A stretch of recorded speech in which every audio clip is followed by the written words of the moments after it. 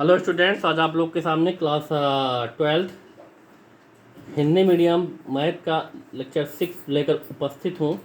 आज के इस टॉपिक में हम जानेंगे फलन फंक्शन के बारे में और इसकी कुछ कंडीशंस के बारे में। तो आइए इसमें हम देखते हैं। जैसे कि इस फलन से पहले आप लोग संबंध के बारे में जो है कि जान चुके हों, तो जो भी संबंध या रिलेशन होता है वो ए क्रॉस ए का सबसेट होता है। ऐसे जो आपका फलन है ये भी एक स्पेशल टाइप का संबंध ही है, लेकिन इसमें कुछ स्पेशल कंडीशन होती है। उस चीज़ को हम यहाँ पे जानेंगे। इसकी जो परिभाषा है इसमें ये कह रहा है कि एक समुच्चय ए से समुच्चय बी का संबंध, अगर इस संबंध को हम अगर अभी एफ से दिखाएं तो ये एक फलन कहलाता है। लेकिन उस कंडीशन में यदि समुच्चय ए के प्रत्येक अवयव का समुच्चय, मतलब ए के प्रत्येक अवयव का समुच्चय बी में एक और केवल एक प्रतिबंध हो,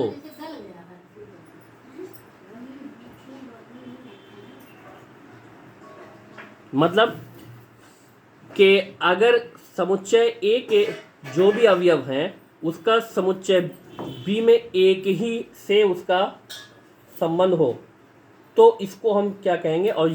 और इसको दूसरे शब्दों में हम कह सकते हैं कि फलन f किसी अतिरिक्त समुच्चय a से एक अतिरिक्त समुच्चय b का फलन है, या इस प्रकार का संबंध है कि f का प्रांत a है तथा f के किसी भी दो भिन्न क्रमित युग्मों में जो प्रथम घटक है वो समान नहीं है।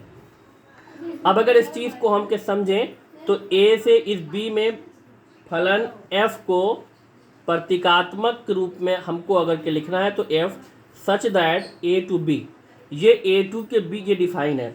अब इसमें अगर कि फलन a का कोई भी अवयव हो तो उसके लिए यदि f a से इस b का एक फलन है तथा a b is element of f, क्योंकि इसमें a b is element of f होगा कि जैसे कि संबंध में उसके कई अवयव होते थे।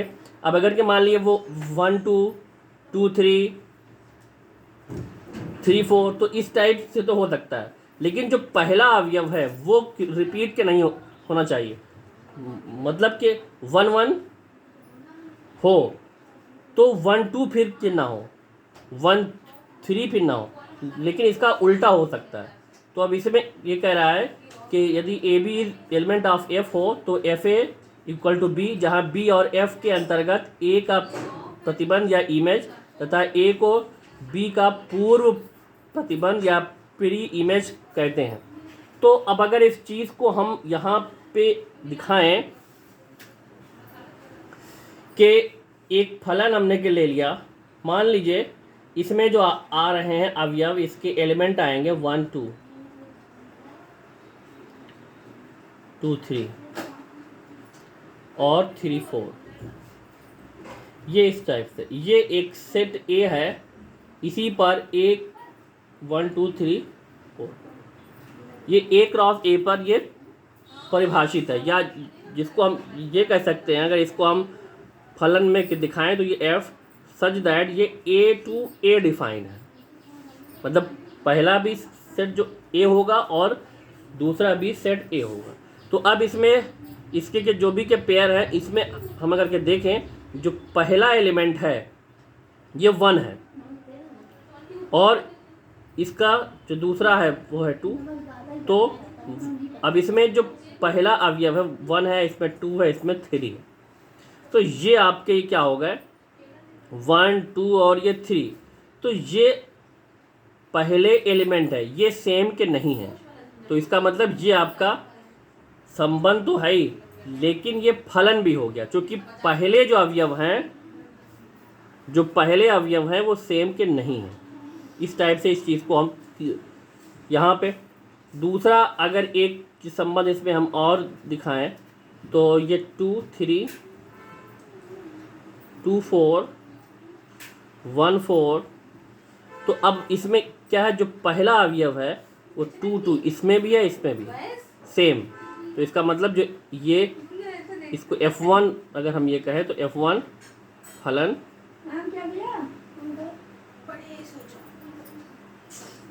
नहीं।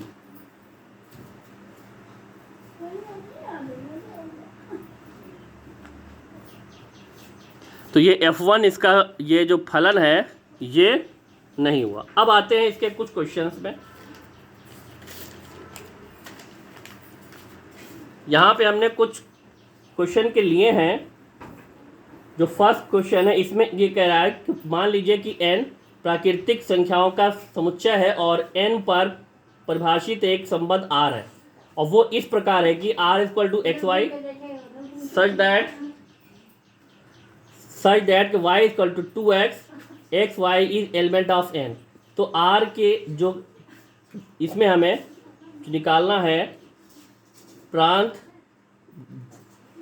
सहप्रांत और इसका परिसर।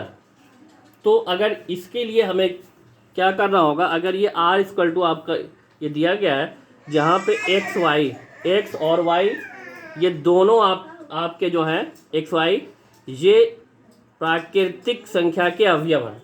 तो अब जब ये अगर कि प्राकृतिक संख्या के अवयव हैं तो इसमें y इक्वल टू आपका ये दिया है 2x। अब अगर इसमें x इक्वल टू 1 रखेंगे तो y इक्वल टू 2 आएगा, x इक्वल टू 3 रखेंगे 2 रखेंगे तो y इक्वल टू 4 आएगा। ऐसे ही x इक्वल टू 3 तो y इक्वल टू 6 आएगा। ऐसे ही ये रखते जाएंगे तो ऐसे ही ये कंडीशन इसमें आती जाएगी ये सारी के सारी। तो अब जो इसमें जो संबंध r होगा इसमें जो अवयव आएंगे या जो भी के पेयर आएंगे 1 2 2 4 3 6 और ये ऐसे ही इसमें इनफाइनाइट तक ये पेयर इसमें आ जाएंगे। तो इसमें जो ये संबंध आपका ये क्लियर हो गया। अब इसमें अगर हमें क्या दिखाना है कि इसका प्रांत, सहप्रांत और परिसर। अब एक चीज़ और भी है, तो इसका जो प्रांत होगा वो क्या होगा भाई, पहला जो अवयव है उसका तो 1 2 3 4 ऐसी 5 6 अप टू इनफाइनाइट तक। मतलब इसको हम अगर कहें ये आपका एक प्राकृतिक संख्याओं का समुच्चय आ गया, ये एक आपका इसका डोमेन आ गया। डोमेन के बाद अब अगर इसका हमको क्या निकालना है, परिसर।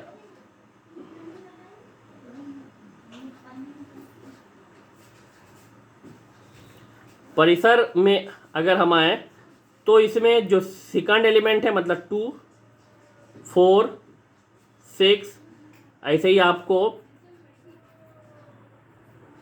8 मिल जाएगा, ऐसे ही इनफाइनाइट तक ही आएगा। तो अगर इसको हम सिंबॉलिक फॉर्म में हम लिखें तो ये क्या है, अगर ये equal to x such that x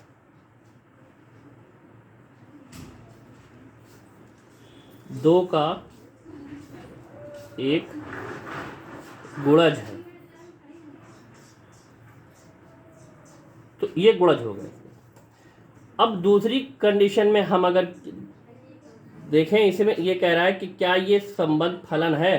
तो अगर इसको हम देखें, इसका जो पहला अवयव है कहीं भी हम अगर देखेंगे तो 1 2 3 4 मतलब सारे के सारे जो फर्स्ट एलिमेंट है वो क्या आएंगे, सारे के सारे के डिफरेंट आएंगे और सबकी इसमें एक सिंगल इमेज होगी।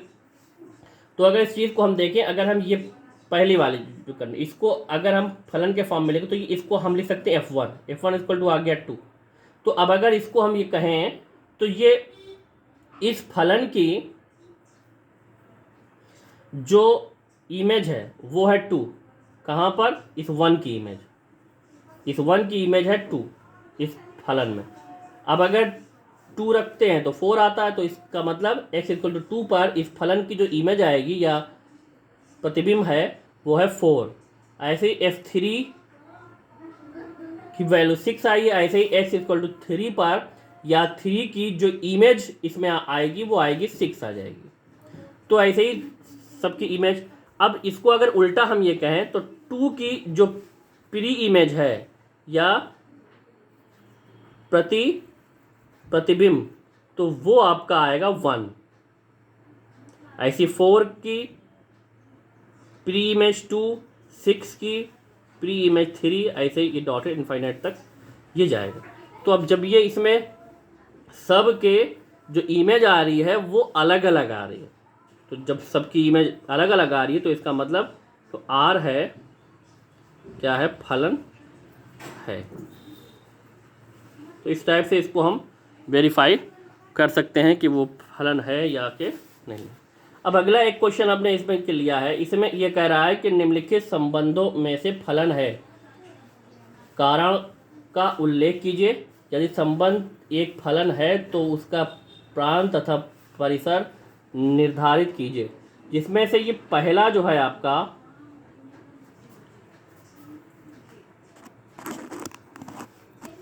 तो अब अगर इसमें हम देखें इस क्वेश्चन में, इसमें ये कह रहा है कि इसका निम्नलिखित संबंधों में कौन से फलन है, तो कारण का उल्लेख कीजिए, और संबंध एक फलन है तो उसका प्रांत तथा परिसर निर्धारित कीजिए। तो अब यहाँ पर हम ये देखें 2, क्योंकि 2 की जो इमेज आ रही है वो 1 है, 5 की आ रही है 1, 8 की आ रही है 1, 11 की आ रही है 1, 14 की आ रही है 1, 17 की आ रही है 1। अरे भैया, तो इसमें जो है इसकी जो इमेज आ रही है वो सिंगल आ रही है। इसमें कोई भी 2 की इमेज 1 है, 5 की इमेज 1 है, 8 की इमेज 1 है, 11 की इमेज 1, 14 की 1 और 17 में सब की इमेज 1 आ रही है। तो इसमें हम ये कह सकते हैं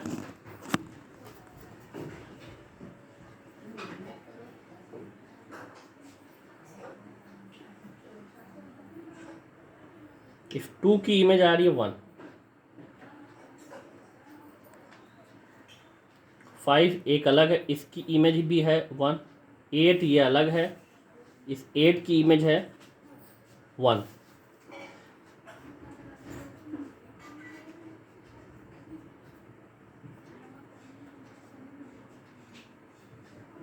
अलेवन की इमेज 1, 14 की इमेज 1 और 17 की इमेज 1।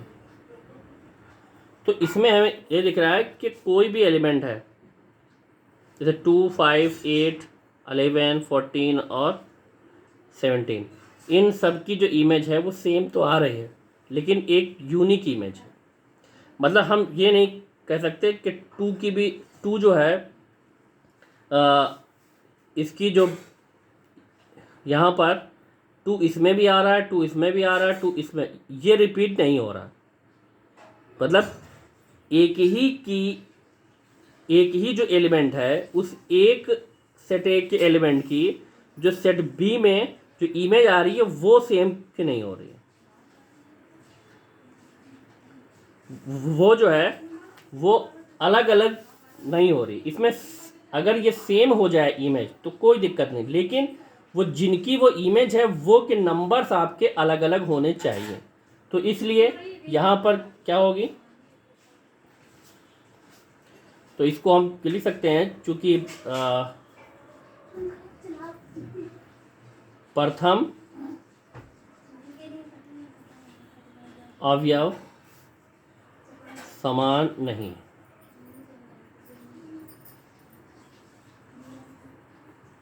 इसलिए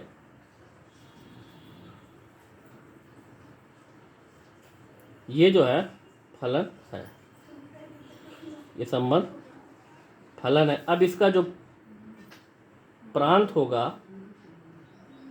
तो फर्स्ट कंपोनेंट के एलिमेंट का सेट, मतलब 2, 5, 8, 11, 14 और 17, और परिसर जो इसका आएगा या रेंज, वो चूँकि सब में 1 1 1 1 है तो इसका अगर सेट बनाएंगे तो 1 ही आ जाएगा।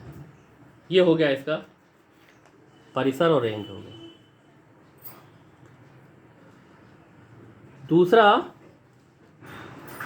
अगर इसको हम देखें तो 2 1 4 2 6 3 8 4 10 5 12 6 14 7, तो मतलब इसमें जो इमेज आ रही है, इसमें भी F2 की जो इमेज है वो 1 आ रही है, F4 की भी इमेज 4 की भी इमेज 2 आ रही है, और 6 की भी इमेज 3 आ रही है, 8 की भी इमेज 4 आ गई, 10 की इमेज 5, ऐसे 12 की इमेज, और ये 6 की इमेज, 14 की इमेज आएगी 7। तो इसमें सब की जो एक यूनिक इमेज आ रही है, मतलब कोई भी यहाँ पे जो एलिमेंट है, जो फर्स्ट कंपोनेंट का एलिमेंट है, वो सेम नहीं हो रहा। तो इसका मतलब ये क्या है, ये संबंध एक फलन है। अब जब ये फलन हो गया तो इसका जो प्रांत होगा,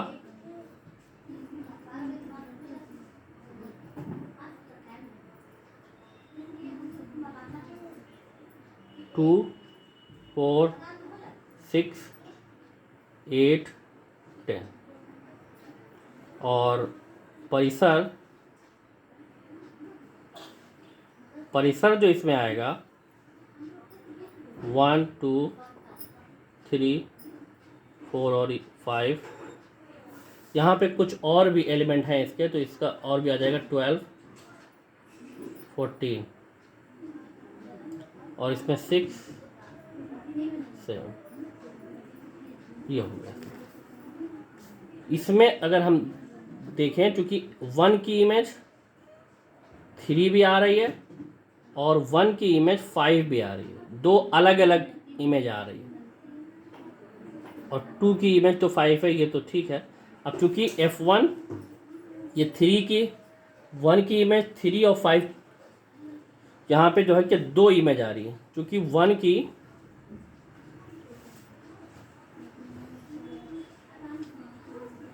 इमेज 3 और 5 है, इसलिए यह फलन नहीं। तो जब फलन के नहीं है तो इसका वो इसको निकालने की ज़रूरत भी नहीं है। तो ये चीज़ आप लोग समझ गए होंगे, तो इसको लगाइए। Thank for watching.